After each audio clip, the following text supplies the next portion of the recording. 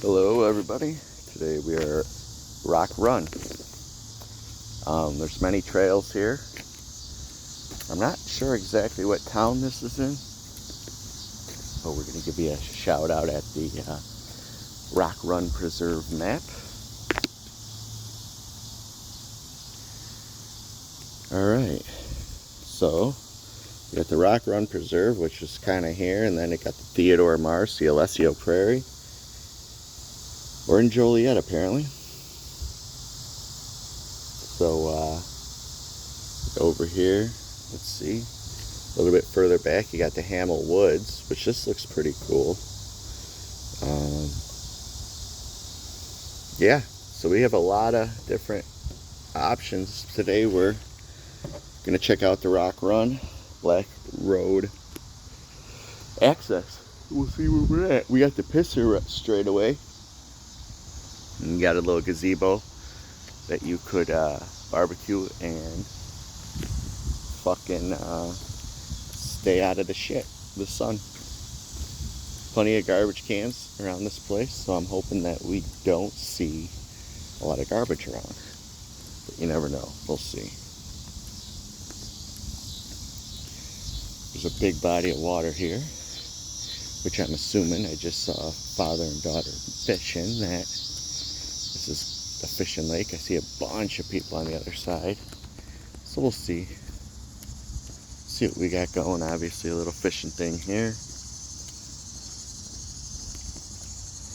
in memory of Wanda Lee Onstead, 41-17.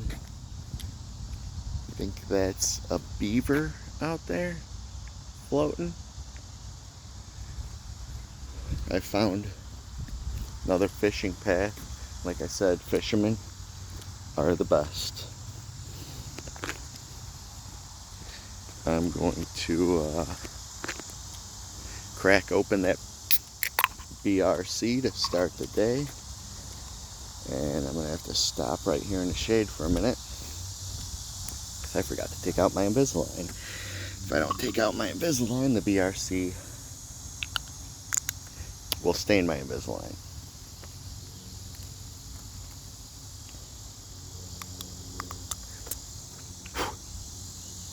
And I am too far out to go back to the car, to put it in the car. So,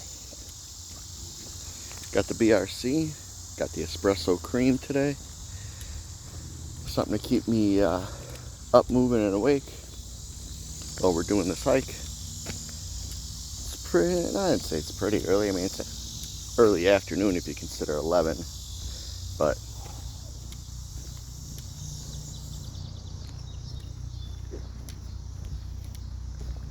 it's not a bad trail so far. It's black top. It's got a bunch of shit on each side. Obviously the water's over that way, and there's people fishing everywhere. When there becomes splits, we'll have to try and figure out where we want to go, what's going today, because it's early. I'm not feeling bad yet. Body's holding up, still feeling alright, and might end up taking the longer trails today. We'll see. Another little area. If you could probably put on waders and go in there. Let's see this one. Trail length. Sedge Meadow Trail. 0.29 miles. Be nice if I had a map that constantly said where everything was. That way I could know where I'm at and where all these little trails go. Little broken trees here. Obviously these were sawn down. Probably a bad tree. Got another bench coming up.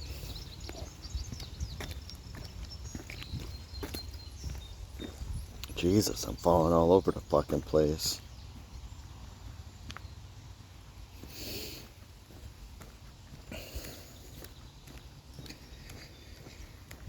Got some big rocks here.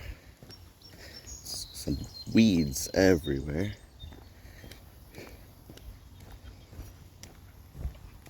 Let's see, who's the memory for? Danielle McTee and Bill McTee.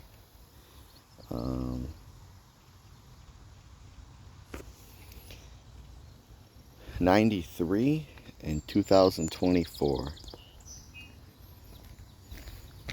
So now we're on the Rocky Trail. I don't know if these are supposedly to be better on your shins and feet and ankles, but the only complaint I have about these type of trails is getting these miniature tiny rocks in your shoes. That's all. I don't really have any complaints.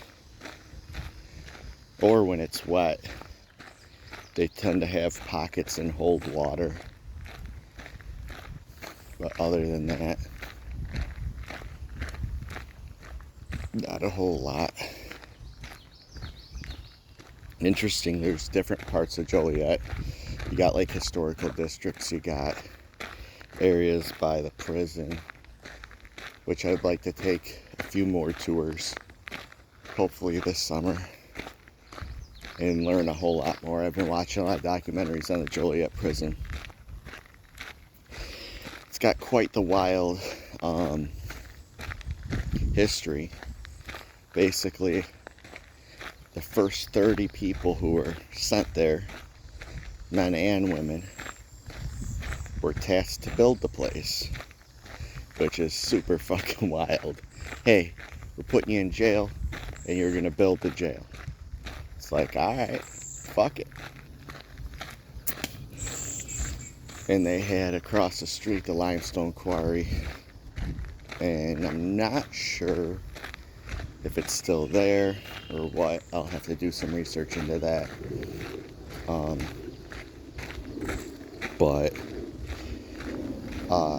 So they built it, I want to say maybe the 1940s, it could have been the 20s. There was plans to get rid of the Joliet prison and move everybody out, and they had a prison down the road. So they built that prison. They ended up having both. The prison that they built down the road had an interesting way they did it. So they had a tower in the middle of the cells that had the cells in a 360 around the tower, inside the building, obviously, not outside. Obviously there's towers outside, but inside the actual building where the cells were, there was a tower in the middle. And another jail that they had, where they were supposedly to shut down. I think they're both shut down now. Joliet has been shut down for a while. They still have tours. It's starting to fall apart pretty fucking bad. They had the Joliet baseball team. They had a baseball game there last summer, which would have been really cool to go see, but there was a lottery to go see it because there were so many people that wanted to go see the game. It would have been real cool. It was right in the yard. They made a field in the yard, and they had a full-out baseball game, which would have been super, super cool to go see. I think the place down the street's closed with no tours because, if I remember correctly, I googled if they offer tours, and I don't think that they do. That would have been a cool prison to go check out, take a tour of. Joliet wasn't bad. I posted my self-guided tour on there with no background information. If I were to do the self-guided tour again, I would definitely go in with a lot more information. Just off the top of my head now, there's a lot of things I know now after watching documentaries and doing research. since then that I could point out. But then they have the guided tours, and then they have the night tours. Night tours would be cool. The guided tours are cool because they actually tell you shit about the place. But the night tours apparently are pretty cool too. I'd like to see more of the actual place itself. Oh, so this was like loop-de-loop to itself. We'll just go this way. See where it takes us. Hello.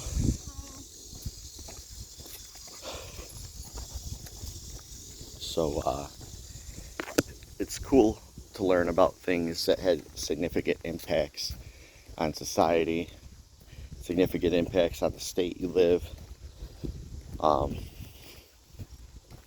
There had been many famous people who rifled through Joliet Penitentiary.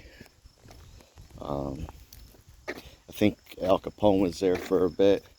I think John Wayne Gacy was there for a bit. There was a ton of people. I think Babyface Nelson was there for a bit. But there was, it was the place to be if you were a shitbag in Illinois for a really long time. They would send you there. And if you did see the video, the conditions were pretty shit. They'd fit 2 to 3 people in a cell that wasn't even the half of a fucking closet. Like, it was about the size of a sliding door closet, not a walk-in closet. And basically you had enough room for the bunk bed. How's it going? The bunk bed, the pisser, and the sink. And that's it. You had no room. Once you got off the bunk bed, you had shoulder width to the wall. So basically, you're stuck inside a cell for a long portion of the day with 1 or 2 other dudes, and you ain't got no motherfucking room to move. So basically, you're sitting on a fucking bed all day. If you want to get up and try and exercise in your cell, you ain't got a whole lot of room to do it. And it was such a violent place, if you got into a fight in the cell, good luck. When they talk about fighting in a phone booth, that's what I'm talking about, fighting in a phone booth. Shoulder width between your bunk beds and the wall, and about a body's length, because from the cell is where the bunk beds started, where the bars were, and where the bunk beds ended was where the toilet and the fucking sink were. So you had fuck all for room. 0 room. There, a little path. And yet there were riots there. There were murders there. And I would say somewhat consistently something bad happened at that prison.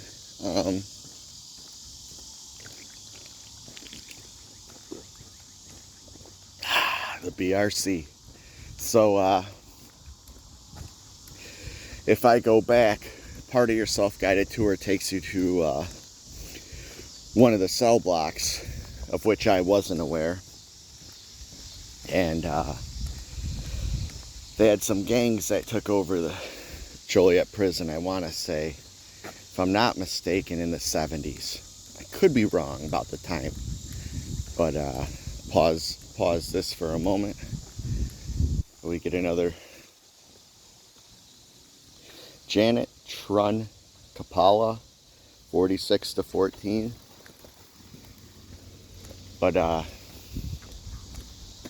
some cotton. we get that out here in the summertime and it's like fucking snow. It's like it's fucking snowing. Gets annoying for about a month. But so their big fix to all that was to send a guy into the prison who was a reformed gang member, who knew about gang life and the way they did things and the way they ran things to try and diffuse the situation. Well, it didn't work out as planned. The guy got killed. Somebody in one of the gangs obviously killed him. And that ended up being Cricket. Kind of a big thing. Dog owners are required to clean up after your dogs. Deposit waste in the trash can and give you bags. But yeah, that's just part of the history. They brought a civilian, a reformed gang member civilian. I mean, obviously it was his choice. He chose to do it to try and be a good dude, diffuse the situation. I think they had, I could be wrong, but I think they had already killed a few guards at this point and had hostages. I'm not sure about the killing part, but I'm almost positive at the end of the whole thing there was a few guards that died. But definitely had hostages, and he tried to defuse the whole situation at the end of the day. How's it going? At the end of the day, it cost the guy his life. And man, there is shit everywhere. And from what I saw on the documentary, they did a pretty decent fucking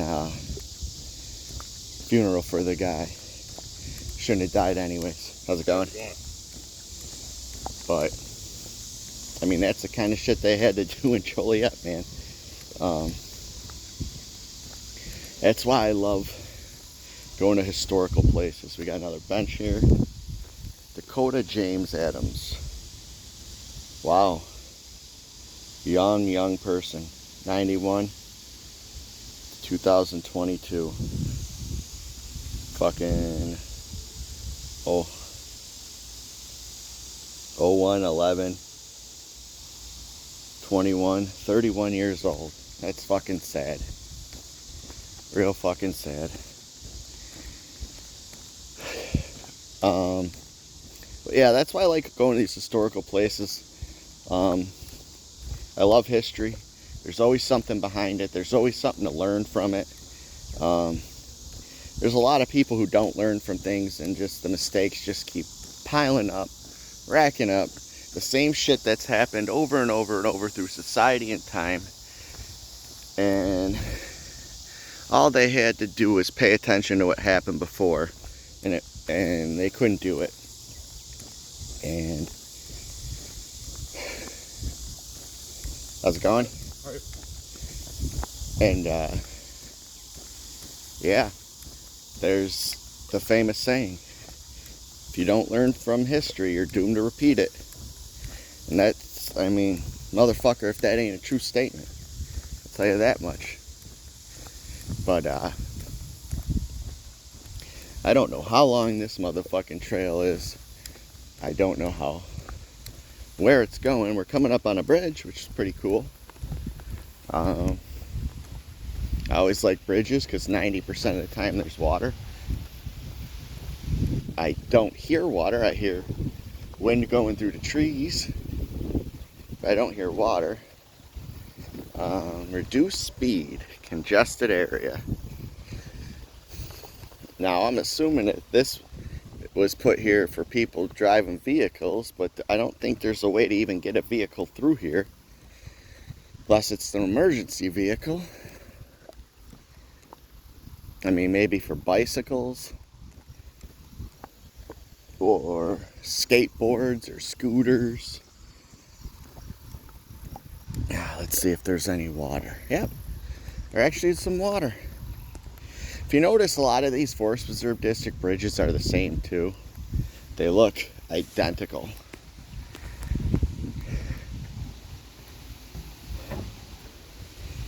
Big old spider hole there. That spider ain't fucking around. He's a big boy too. Let's see. Got a little babbling brook here, of which if Big Germ were here, he'd call those eddies. Or maybe he'd call them Freddies. We don't know. We don't want to assume what Big Germ would be calling these. Either eddies or Freddies for sure. Got a little waterway there. Come out here in the summertime, maybe get you some, or not the summer, correction. In the fall and spring when all this shit's dead, maybe get you some fish. Because these are areas that are really hard to get to. As you can see, look at all the brush and how high it is just to get to that water. I don't think there's many people who'd be willing to walk through that just to get to that waterway. I mean, I sure as fuck wouldn't. I'll tell you that much for what it's worth. There's a sign over there. I don't know why there's a sign facing the woods unless there's a trail somewhere over there, because I'll tell you what, for what that's fucking worth, I ain't walking through this just to look at a sign. Alright, looks like this is another entrance to the forest preserve, so the HBK made it to the end. Did a good job today. And then we're gonna flip a bitch. Once we get to the gazebos over here, turn around and go back to the car. This wasn't a bad trail, and we didn't take all of them. There's a bunch of trails out here. I think we're gonna take the same one we took coming in, going back, because I don't know where these other ones are or where they lead. Actually, we'll take a look here instead of going straight to the gazebos. Let's see where this trail leads, because there's a bridge here. Or at the very least, we'll just go to the bridge and check out the little baby bridge. How long? Black road access that way. So over there we got a gazebo. People are about to have a party. It looks like there's balloons up and a pisser. We'll see. We'll go over to the bridge, we'll turn around, and we'll go back to the black road access, because that's where we came from. Just that we get some eyes on the bridge. But yeah, I love going to old historical places.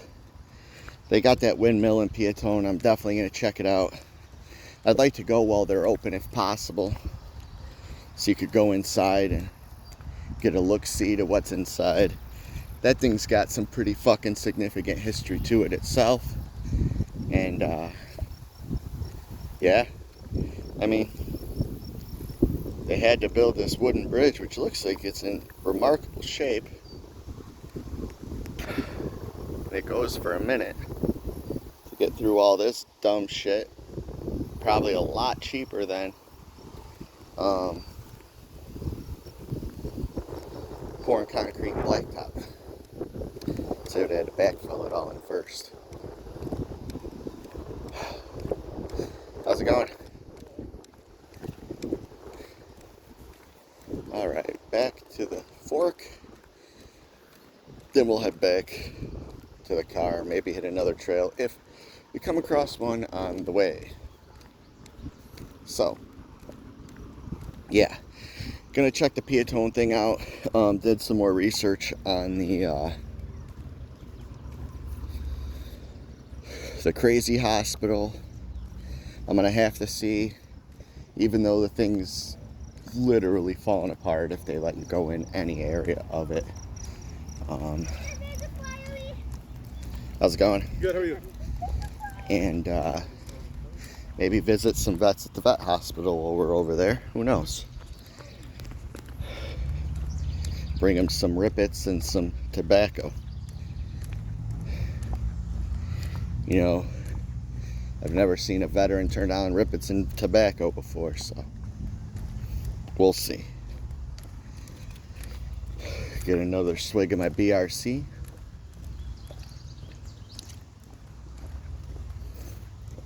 I also have another thing. I'm not exactly sure where it's at. It's a it's an interesting place. It's no longer open. It'd be cool if they had tours of it. I don't know if they do. I've called and left a message with the town, and they never got back to me about going on a tour of that town. And it was a hello again. It was a building they built for widows of military guys from war, which is an interesting concept and an interesting building. If I remember correctly, it was World War II. Vehicle load limit 5 tons. Contentional Bridge, Alexander, Minnesota, and the phone number. But it's an interesting concept, especially if it was for World War II. It just goes to show how many people left and didn't return. World War II was a motherfucker. There was campaigns where they were just fucking bloodbaths. Enough so that they made a home. Hello. Enough so that they made a home for widows of people who died. Don't be a hog, share the trail.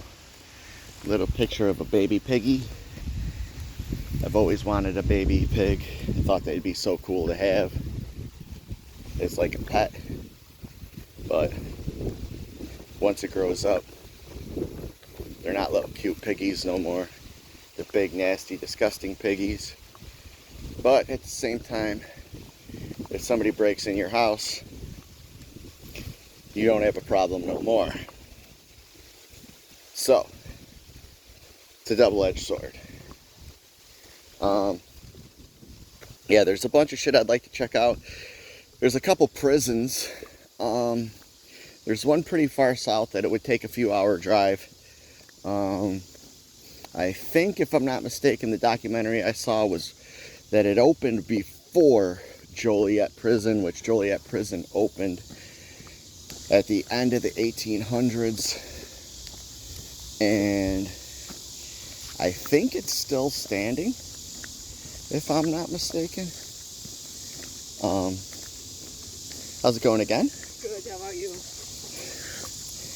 And stuff like that's just cool to see. Historical buildings.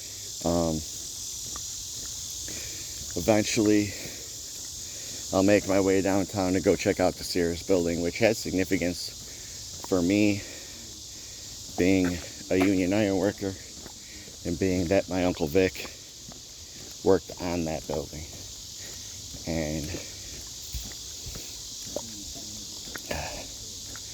And that building, for the longest time, had significance around the world as being known as the world's tallest building. And yes, I call it the Sears Tower. And yes, I will always call it the Sears Tower. Because all these corporations that come in and change the name, I will always call it to what I know it. Just like the music venue in Tinley Park, to me, will always be called the World Music Theater. I'm not going to call it the 72 names it's been called since. I'm just going to call it the World Music Theater. I'm old school, I'm stubborn, and it's easier to know the names by something you've called it your whole life. And anybody who's worth their salt knows those places by those names.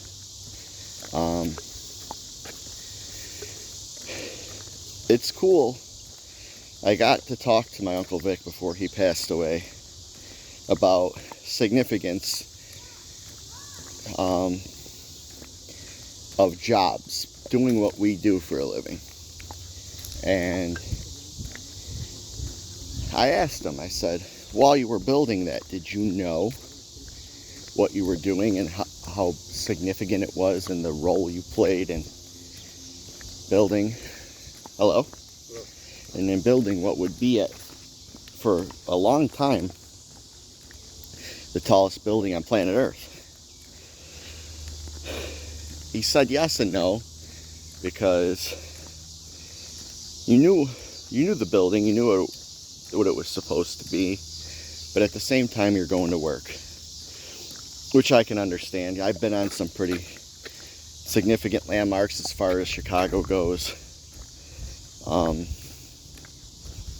I've done an extension on McCormick Place. I was on the Soldier Field job. I was on the Millennium Park job. I not built, but I was on the job for handfuls of high rises. And I mean, I've worked on some pretty cool shit.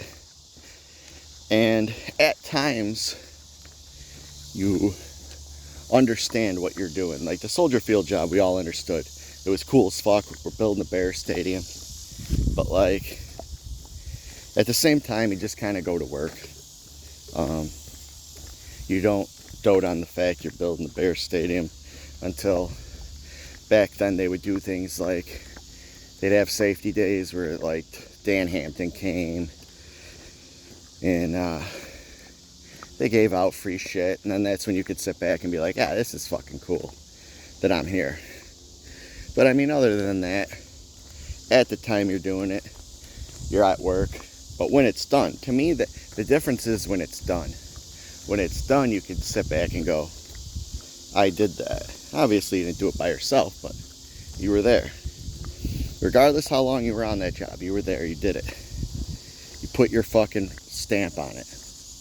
Which is cool to say, man. And, I mean, as far as perspectives go, you have a stamp on the world. Like, there's people who have jobs at the end of the day, or they do things in life that at the end of the day have absolutely no meaning as far as life in the world goes. But as much as I hate it sometimes, as much as it's a beating on my body at times, I guess I'm lucky enough to say not only do I have a job that I could take care of a family on, but at the same time puts its stamp on the world. Not just Chicago, not just the suburbs, the world. When you do cool shit and you build cool buildings and structures and bridges, that's a stamp. That's something that only goes away when it needs to be torn down and someone else builds something else in its place. But at the end of the day, you can always look up history and see what was there before. Like, you look at Soldier Field and what was there before and what was there before. And then you look at like Comiskey Park, when they tore down the old Comiskey and built the new Comiskey. Like the place downtown where the St. Valentine's Day massacre happened. That thing has changed numerous times since that particular incident happened. And I mean, they just built over and over. It used to be like a garage, and it turned into, I want to say, like a parking structure. It turned into an outdoor parking lot. Like, there was a lot of things that that place turned into. And I think, I haven't looked into it, but I thought I heard somebody talking about it at some point, that they were building an actual building on top of the land now. Again, pretty fucking historic thing to happen in the city of Chicago. You got, I mean, sticking with the mob stories, or sorry, we don't have a mob in Chicago, the outfit stories. Right by our Union Hall, you got Sam Giancana's house. It's really hard to fucking miss because it doesn't look like it belongs in the neighborhood itself. Let's see. 0.23 miles paved. Let's see. Maybe I'll just go this way and look at it, because I'm not going to go around this way towards the houses. Okay, yeah, that's just a turnabout, and then you go back around that way. I'm not going to do that because I already did that one.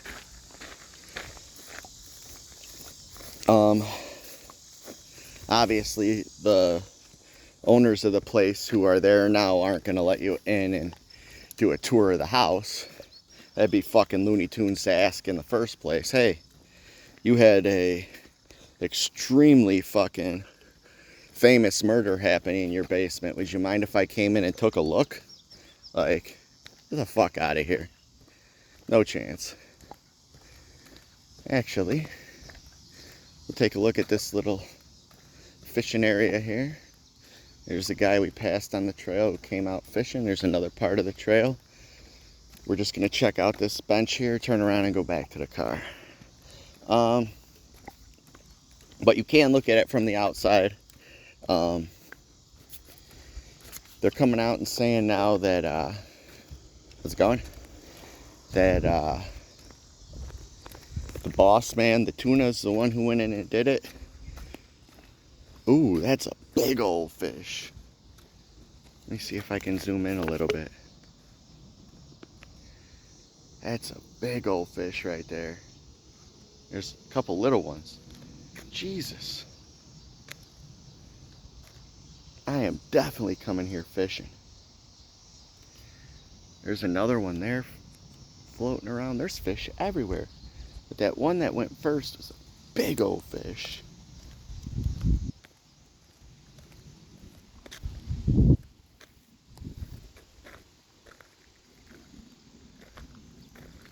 They're coming right up on the shore.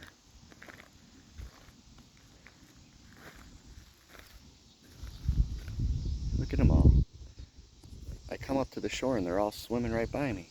A whole school of them. There's a bigger one right there. Whole fucking school of fish just swimming around.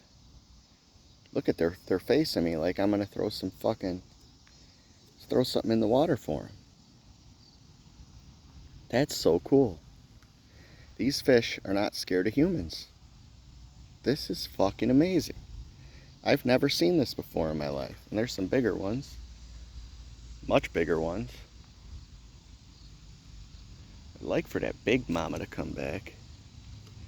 That was a big, big fish. Well, I'm not gonna feed you. You can go back with your buddies.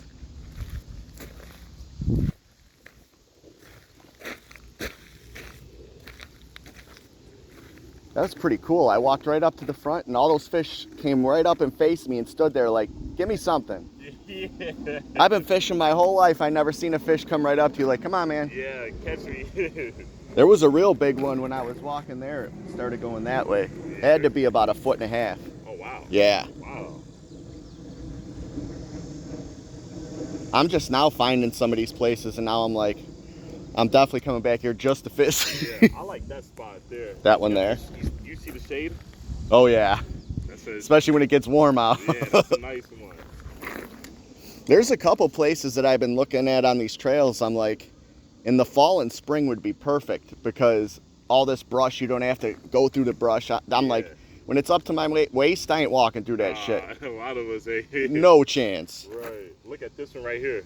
Look at, there's a school right here. Like, come on, give me something. Oh, there's a big guy. God damn, is that thing big. I'll try to catch that one. That's so cool that they're coming this close to the shore. Yeah.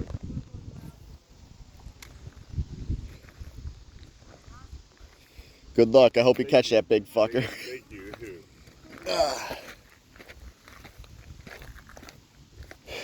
So, at least we know now this is a good spot. There's some big old fish in here.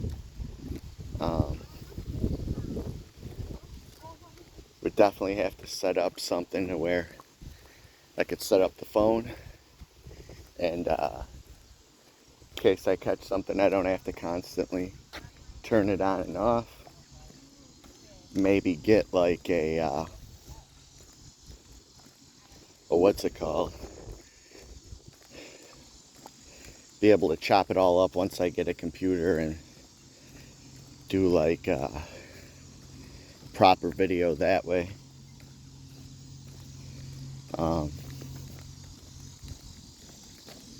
Otherwise it would it would be a lot of dead time. Fishing's usually a lot of dead time, and you don't want to see a lot of dead time.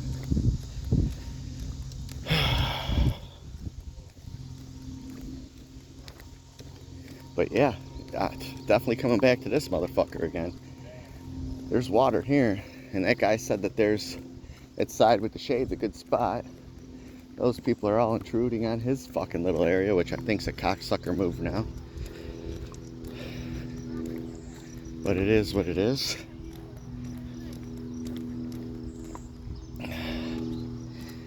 But we're getting back towards the beginning, so we're gonna call it a day. That was this place, JHBJ, and I'm out.